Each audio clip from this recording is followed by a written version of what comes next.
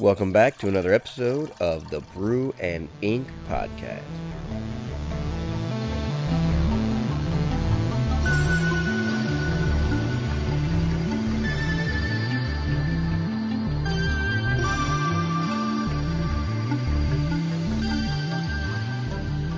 All right, and welcome back to another Brew and Ink podcast. All right. We are excited to bring to you the next chapter of the Singularity story.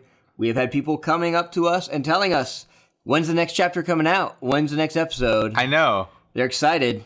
I wouldn't think it was that difficult to kind of figure out. It seems like it's every 2 weeks. Well, if they're just now jumping in and binging, they are. Then they get spoiled a little because they just get to listen to the next episode right away. Yeah. But have no fear. Today is the day. It's coming out. Booyah. Here it is. Yes, and it's this portion of the story is brought to you by MB Mooney himself. The vote that you guys voted on, our faithful listeners, he's writing the faithful listener section that voted on the pirates, going and kind of seeing what's up with that. Seeing what's up with the pirates. Yep. Let's kind of go with the pirates for an episode and see what's happening. Yes. So it's going to be good. But first, we've got a topic. We do have a topic. And we are going to talk to you guys about what it means to be a writer, an author, or how to utilize your connections in your network. So basically, we've talked about this a little bit on our podcast about how writing has changed, publishing has changed, self-publishing has changed the market. Like all of these things, the internet, online, Amazon. It's all changed the market. And one of the things that it's changed is that the bookstore isn't the place where people go to find books. Right. They go to Amazon and they search online. And so that makes kind of online marketing and advertising and the terminology is called platform. So publishers are very interested in what is your platform? What's your platform? Personally. Now, it used to be they could take some unknown person and just put them in a bookstore and put a cool cover on there. Throw a lot of money into the marketing. And throw at least some money into the marketing and then see what sticks. Yep. Right? And that's what they would do with most authors. And then if something was a good book, people would tell their friends and blah, blah, blah, blah. But nowadays, it's more about how do people find you? That's what platform means. Yeah. How do people find you and what you're doing? And so that's Instagram, that's all the social media, that's emails, that's any sort personally of and social circles. Social circles. Yeah. But the problem is when a lot of people are getting started, they don't have any platform. Right. Or they have a little here, a little there. Yeah, they had a little here, a little there. And so what we're going to be talking about today is called borrowed platform. Yes. So coming from the angle of it's not just you, but it's your network. That's kind of like the older terminology. It's networking.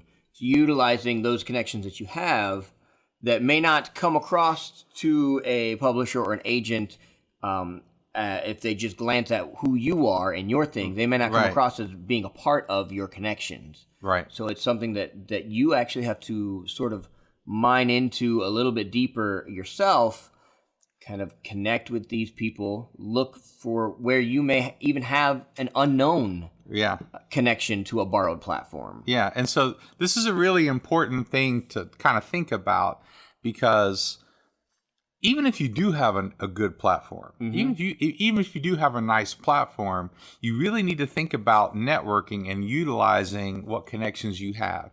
And kind of here's how it works. Let's say you're a fiction author and you're a sci-fi author, right? Wow, that's pretty accurate. Yeah. Right. Yeah.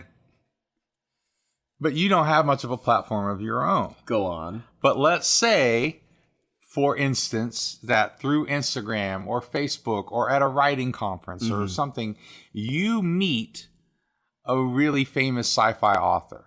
Yeah. Let's say you meet, I don't know, who's, a big sci-fi author, Brandon Sanderson or something. Orson Scott Card. Or Orson Scott Card. That's a better one. Let's say you meet Orson Scott Card at some conference.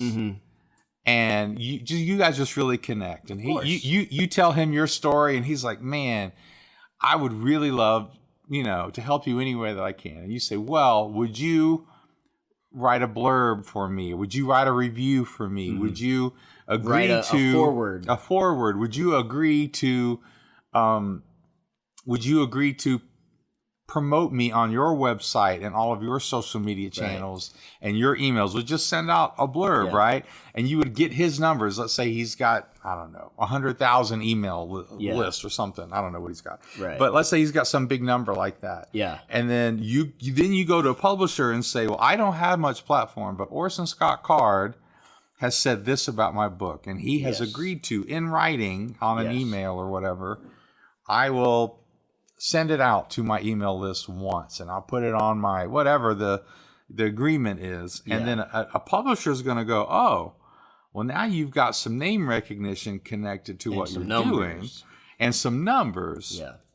Now, here's part of the trick is you can't go to like who's the guy that wrote The Notebook? I have no idea. You don't know who wrote The Notebook? No. You can't go to like a romance author. Right. Who's huge. Right. And try and get them to endorse your fantasy right, novel. Exactly. So well, and let's kind of go over what you said there, because there was a lot of implied things there that someone like you or I may be comfortable with that other people may need to have spelled out for them. Okay. So one of the important things in what that scenario that you just highlighted is the ask. You have to ask the person for specifics. You can't just say, nope, hey, would you do something to help me out? And then they'll go, sure, just send me an email or some point. You didn't get any details. You didn't give any specifics.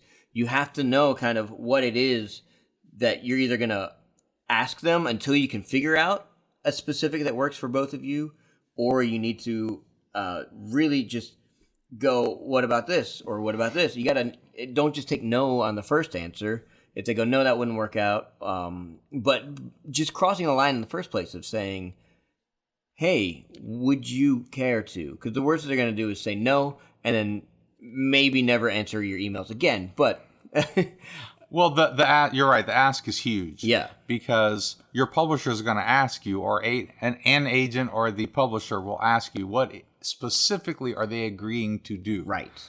And I'm saying this because publishers have asked me this question. Yes. I'm saying this because it's like, my best friend. I know this guy or whoever, or this person. And they're like, well, what did they say? Did they say they would endorse it? And you go, oh, I don't know. Well, they like me. And people are and should be protective of their own platforms. I mean, they're only going to put stuff on their platforms, and they're only going to promote things on their outlets that are cohesive and that they really want to endorse. They really feel strongly about. And so unless it's something they really feel strongly about, they probably won't. So, but you still have to, don't have to, but you still should ask if you want to get some of that, or else you're going to spend a lot of time on your own for a year building your own platform. Yeah. And that's okay too, but we're talking about borrowed platform today. I'll give you another example. Is we have a friend. Yeah. I have a friend who's an author, and she wrote a fantasy novel. She has zero platform. She has like some friends on Facebook personally, but she has no author Facebook page. She has no like Instagram page. She has like no web page. She has like no emails, right? She has zero. Okay. Yeah. But there was another person, another leader figure in kind of popular media who has read her story and has said, I love this. I would love to help you get this out there. Yeah. And so she has asked her, would you, and this person has like 500,000 emails or some craziness, right? It's like an older person. So like all of their platform is emails, right? So it's 500,000 people or something on emails. And she just asked her, would you email this out to all your people when it's published? And she said, absolutely. So, and agents and people are like, on that alone, are talking to her about getting her book published, right? On that word alone from this individual, that they would put it out to 500,000 people on email. Yeah. boom. Because they know it's not just going to be put out to an echo chamber or somewhere that's not going to be heard by anyone. Right. And that's the importance of a borrowed platform and a personal platform. But a borrowed platform can get you there before you personally are there. Yeah.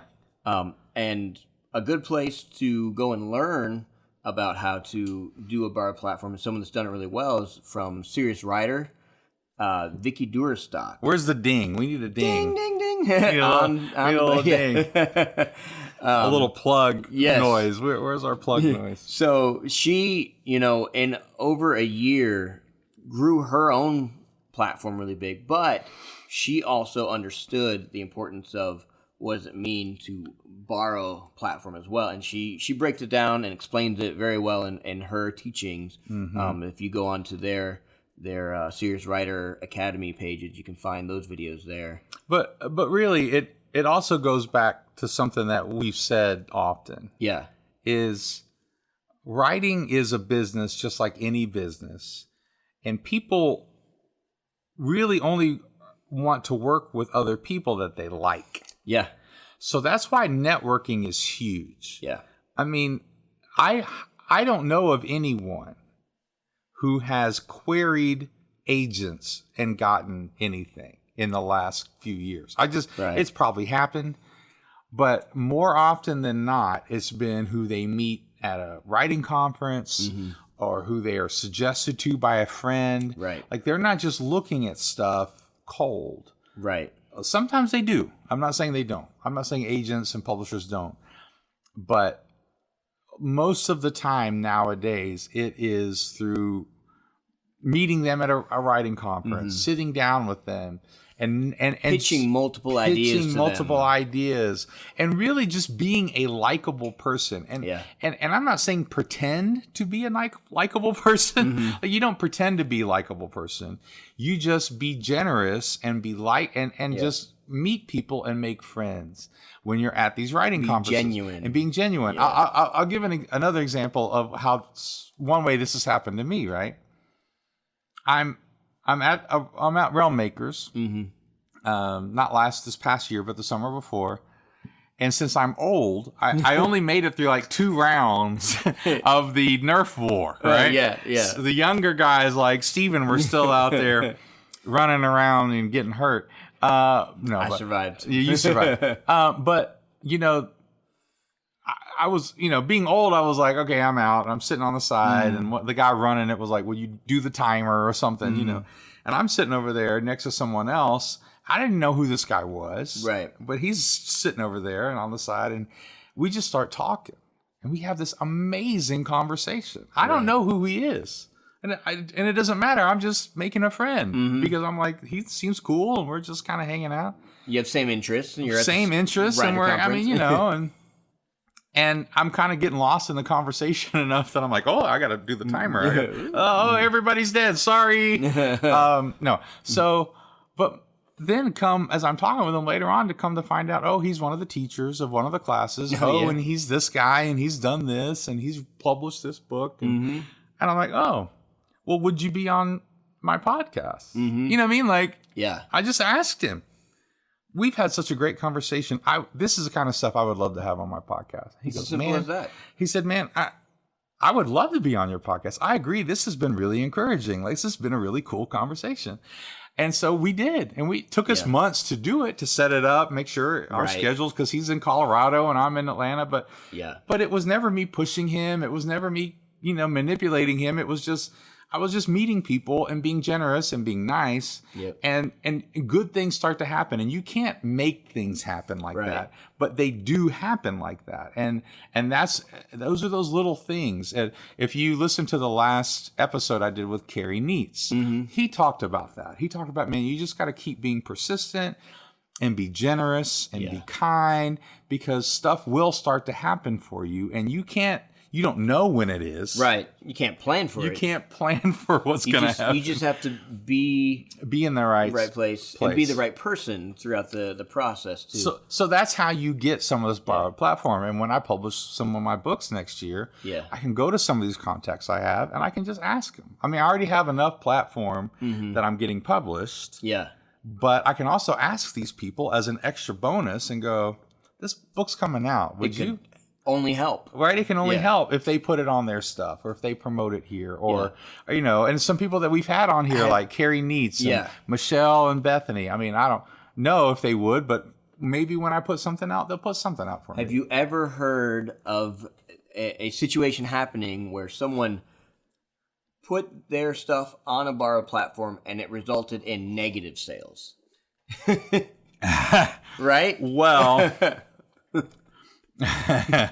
So, I mean, I can conceive of it happening, right? But for the most part, people, like if someone else is promoting your stuff, the worst that can happen is you might sell a few more copies. Exactly. And that's really what we're talking about. Yeah. So borrowed platform is a result of just networking, and that's the biggest reason to go to some of these writing conferences is networking.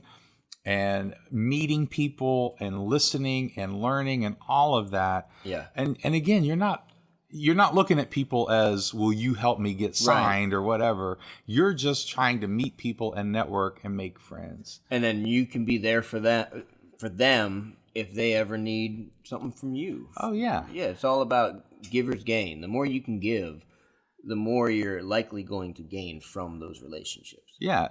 And people will talk about you behind your back. Mm-hmm. One way or the other. One way or the other, your name is going to come up. Mm-hmm. And you want people to say kind things about you. It's like, oh man, that guy or that girl or whatever, that man or woman, they were just so nice and they gave me this and they did this. And some of you guys know I work for a coffee company and I didn't do this on purpose. I'm not actually that smart. Okay, or this smart, but I work for a coffee company, and I was going to Realm Makers the first year. Yeah, and I'm just headed out of work before I got to go home and get packed, and then get on a plane the next day. And I'm just rushing to get everything done so I can get ahead, so I can get out of town. And they have some extra sample packs of coffee sitting there. Yeah, that were made for something else, but weren't going to get used. And I don't know, there was 10 or 15 of them. Little 1 ounce, 2 ounce bag, little bags. And you thought to yourself, these would be perfect to give to other people. I could give this away to some people. I'd just be nice and give away. And so with every meeting that I had, with every agent or publisher or editor or the first thing I did was I said, here's some great coffee. Do you like coffee? And you busted out the little pour over. I did. my little travel espresso machine. What would you like, sir? No, but again, I didn't think ahead of time. Like that would have been smart if I thought, oh, what can I get? I just grabbed it on my way out thinking I could probably give this to somebody. Serendipitous. Right? Yeah. And even if it was just to the people, like I'm thinking even like, and I did, like even just the people working at registration. Like, or, I see you putting in a good hard day's work. Right. Of work. Like here, I was just able to bless people. And I'm not saying but that did give me something to talk about, something to break the ice, something to start out with that wasn't, I want to get signed, I want to get published, or whatever it is. All right, you ready for the ding? So if you want to buy some coffee that you can give away, go to phoenixroasters.com. It really is a great idea. I can't take that much credit for it. Like I said, it was mostly just, like you said, serendipitous more than anything. Yeah. But even whatever it might be, just that you're able to be generous and kind to people. People remember that. They'll always remember me as he gave me coffee, and they'll always remember that. Yeah. And it doesn't necessarily have to be people that are already involved with writing or with being an author. It could be if you do some kind of outreach, or if you're a part of, some sort of ministry, nonprofit. Yeah. Those are still the same types of people that if you ask, don't just assume and then use a bunch of emails. Right. But if you ask, they may go, yeah, that sounds great. We could, they read too, right? Yeah, don't exactly. They read? Exactly. Speaking of reading, I think it's time that we get to some of the story. Anything you want to preface before we jump into it? No, man. I'm just like what we said earlier. I'm excited about this story. Yeah. I think we've both been excited, and I think it's been really good, and I've been really happy with people's responses. So yeah, I can't wait till we get the whole thing done, and then now we can spiderweb the extra options out there too. That's gonna be fun. Anyways, let's dive into the story.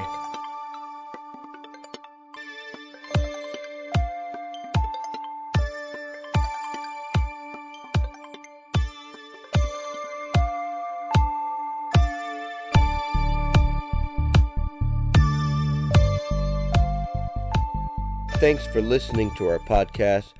If you are interested in learning more about writing and how to become a writer, check out our syndication page, SeriousWriter.com. They have articles, resources, classes, videos, and a podcast, the Brew and Ink Podcast.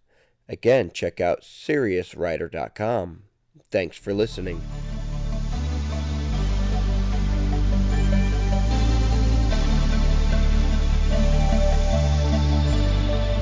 Singularity, Chapter 6, The Pirates.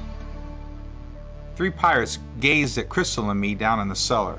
Luckily, I didn't have my IIF uniform on. I was in my civilian clothes, and after sitting in the cockpit of the ship and climbing through the rubble here at Zuthras, and my blue skin, I looked like one of the survivors. A bleeding Crystal next to me didn't hurt the look either. The pirates were as diverse as they could be, from different colors of skin to missing limbs replaced with a bionic appendage.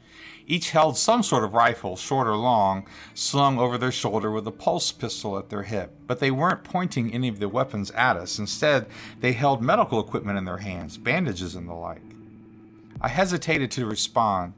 I figured when we ran into the pirates, they would have shot first and not asked any questions, only interested in what they could steal or scrounge. But here they were offering medical aid first. Was it a trick? Jen had said something about them helping people. What was going on? Oh yeah, Jen. I hope she had enough sense to keep quiet on this tablet. That's all I would need to have happen now. Crystal tensed next to me, and I reached out and took her hand, her head still bleeding. Why hadn't I grabbed the med kit from the ship? And even if I got her back to Jen, there wasn't room in the cockpit for 2. No way to get her off the planet. Awkwardness stretched with time. A brown-skinned woman with a bionic arm from the elbow down glanced at her companions and then back at me. Well, she said, what'll it be? We can take you to get help, or you can fend it out on your own. I swallowed and nodded at Crystal. She does need medical help at least. That would be great. The other 2, both of them men, helped us out of the cellar. They were careful with Crystal. The woman looked at her companions and said, I'll take him back. Her head might need stitches. You guys keep searching and see what you can find. They agreed and walked off to the right. You 2, the woman said, follow. She was used to giving orders, almost like a fed military officer, and she strode off to the left, toward the large pirate ship that loomed and hovered in the distance. Crystal stumbled and caught herself, and while the pirate woman was a couple meters ahead, I brought the tablet in my hand up to my face and whispered, Did you hear all that? Yes. The volume was barely audible when she answered.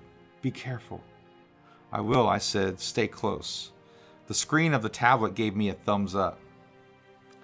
The female pirate slowed down so we could catch up. She said, My name is Nisha, by the way. Our shuttle is only a couple hundred meters this way. Crystal groaned next to me. She had lost a lot of blood. I wondered if she'd make it a couple hundred meters, so I pulled her closer. She leaned more on me while we walked. This is Crystal, I said, and my name is Harry. Crystal shot a glance at me, and I cringed at her to try and communicate it was okay. I had told her my name was Mitch. We passed into a shadow that darkened everything around us, and I looked up at the underside of the pirate ship, a massive makeshift vessel as large as a freighter but not near as sleek or uniform. It was like 4 or 5 different freighters had been sliced in pieces and put back together at odd angles. The roar of the hover engines raised in volume and the wind swirled around us. How the thing stayed upright, I didn't know. It was so awkward, but it moved confident and slow. Nisha caught my gaze and said, "That's the slag tree, the old rust bucket." She grinned like it was a term of endearment. Best ship in the verse, if you ask me. Or any of us, really. It looks like 4 or 5 different ship styles all put together, I said. Nisha's grin stretched to a smile. 5? Good eye. You can get junker freighters pretty cheap, she shrugged. Or free, if you know where to look. Or where to steal. Who did the work? I mean, getting all that fitted and balanced had to be quite a job. The woman hesitated when she looked at me. We have our engineers like anyone. Only ours might be more creative, but it's all functional. None of it's for show. Makes the inside interesting though, going from a cadenas hallway to a Matreon passageway, means a ladder or stairs or whatever. We came up on a shuttle. It looked like a Matreon industrial model, but all beat up and scarred, patched with other shades of temper steel. A man stood at the open back door. He had skin with an orange tint to it and 2 different colored eyes, one white and the other dark blue. He also had a pistol on his hip, but he was helping injured colonists on the shuttle. "Nisha," he called. She raised a hand at him. "What's up, Dreg?" Dreg scanned us with his eyes. "You're here just in time. Get those colonists on board." "You're about to lift off?" she asked. "Yeah, we don't have what we need down here," he said. "We'll patch up what we can until we get on the slag tree and the dock can do what needs to be done." Nisha pointed to Crystal. "This one just needs stitches, I think." Dreg looked over at Crystal and frowned. "I've got the patch, but do you know what the doc would do to me if we treated a head wound and just let her go?" He waved around at the destruction and rubble and smoke. "In this? Get them on the shuttle." I squeezed Crystal's hand and smiled at her. "They'll take care of you." I led her towards the back of the shuttle. Nisha turned to me. "What about you? You have another way off this slag heap?" I froze for a moment, not prepared for the question. I was a pilot, not a spy or something. My face went blank. I'm going to look for other people, other survivors. There could be more." Crystal made her way onto the back of the shuttle with Dreg's help. Nisha looked over and back at me. "I'll go with you." "No, that's okay. You go with the others." Nisha took a moment thinking, and that made me nervous. Could she tell who or what I was? She reached into a side pocket on her pants and extracted a small metal disc with a red dot in the middle. "Here, this is a beacon in case you change your mind, or you need it for anything." She put it in my hand. "The IIF did this to these people," she said, her voice darkening. "They might still be around to finish the job. The slag tree is reporting some strange readings. Be careful." "Strange readings?" "Okay," I said. "I will. If you do see any of the feds," Nisha said, "you give us a signal. We'll come get those slagging feds." "Yeah," I said, "those slagging feds." Putting the beacon disc in my pocket, I waved at her and walked back to the center of the colony, away from the large pirate ship. Once I took a corner and felt I was out of sight, I lifted the tablet. "You get all that, Jen?" "Yes, Captain," she said. "Where are you? I'm coming your way." "I found a clearing on the south side of the colony, opposite where the slag tree is," she said. "South side? I have to admit, I'm a little turned around. You're going to have to guide me." "Okay," she said. "If you turn 18 degrees to your left, you will be headed in the right direction." I rolled my eyes. "I'll do my best." I wove my way to the left and stopped. "How's that?" "Too far. Back another 2 degrees." "I have no way to know what that is," I said. "It's on your tablet now," Jen said. Sure enough, there it was, a basic map of the colony and a large green dot on the south side of it. "That green dot is you?" "Yes." There were other dots and markers I didn't understand. "What are the red ones?" "Pirate shuttles, Captain Bruce," she said. "One of them's really close to your position," I pointed out. "I am aware," she said. "What about those 2 yellow dots?" I said. "Unclear," she answered, "but there are indications they are underground hangars, possibly holding shuttles owned by the colonists." "That would make sense," I said. "They had to get here somehow." "Agreed." I pointed at the red dot. With those pirates close to you, can they see you? I am now hidden behind the remains of a large structure, and with my stealth, they cannot see me. I don't think. You don't think? My scanners are all working now, so I am 90% sure. They're all working? You've been busy. I am the latest model AI on a quantum... She paused. Mitch, the slag tree is moving. Just then the shadow of the ship covered me. It was moving all right, in Jin's direction. Pulse crap, I said, and I started running. Even though it traveled slow, the slag tree was faster than my feet. Jin, what's happening? Captain, she said, I have hacked their system now. I think they found me. I leapt over a dead body and dodged a pile of rubble, pushing my pace and cursing my lack of exercise in the past 2 years. A shimmering, translucent shape rose from the ground straight ahead. Jin. I sprinted between 2 destroyed prefab homes, gripping and swinging the tablet in my hand. A red laser shot out from underneath the slag tree. It narrowly missed Jin, tearing a hole in the ground only 100 meters from me. I yelled in frustration. The stealth field flickered and the Phoenix ship became visible for a moment. The pirates fired once more and the red mining laser ripped through the ship. My ship. Jin. Broken in 2, the ship hung overhead in 2 pieces for a split second, and then it exploded. I felt the blast, and at a full run it knocked me on my back, the tablet tumbling from my hand. I gasped and looked up. The Phoenix wasn't incinerated. I saw parts of the engine and others falling to the ground smoking. The cockpit was mostly intact. Sitting up, I reached over for the tablet, but the screen was blank, cracked, shattered. No, I whispered. Moan.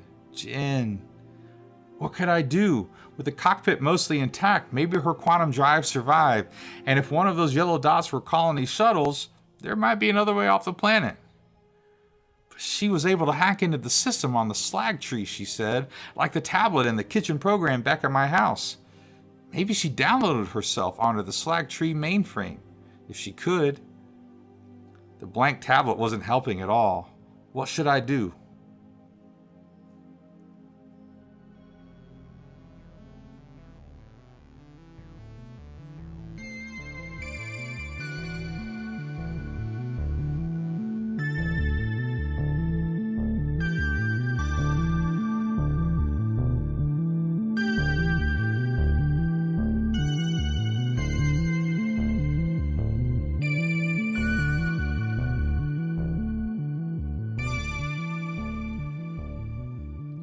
Right, and another chapter done. Woo! Very nice. So I like what you've done with these options.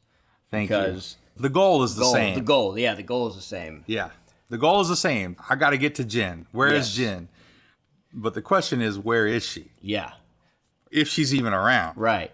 So you faithful listeners, you decide for yourself. What do you think is more likely? Do you think Jin would still be with the wreckage and easier to find in that quantum drive, and then maybe we get on a ship and try and blast off again? Or do you think she most likely is hidden amongst the slag tree system, and going with the pirates, we're more likely to find her on there? Because she did say she had hacked into their system. Right. But so she didn't have a lot of time. She didn't have a lot of time. Who knows how long it takes. But she is an advanced AI. Right. So she's probably got a lot of gigs of stuff that she's got to download. Yeah, that's right. Who knows? Who knows? Or tera gigs or you know, whatever. What's bigger than gigs? Whatever. I don't know. Yeah. A lot. Googleplex. Google.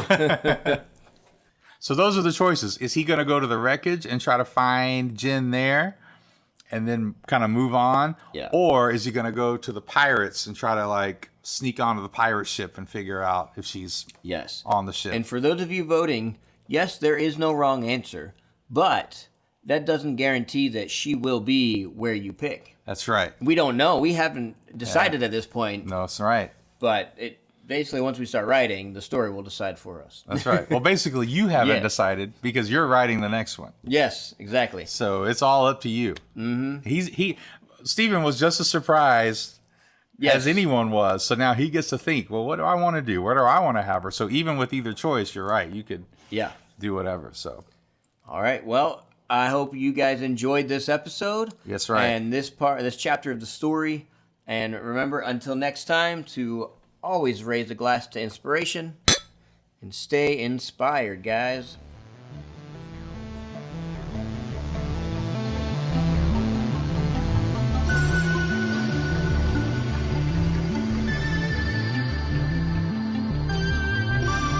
Check, check, check.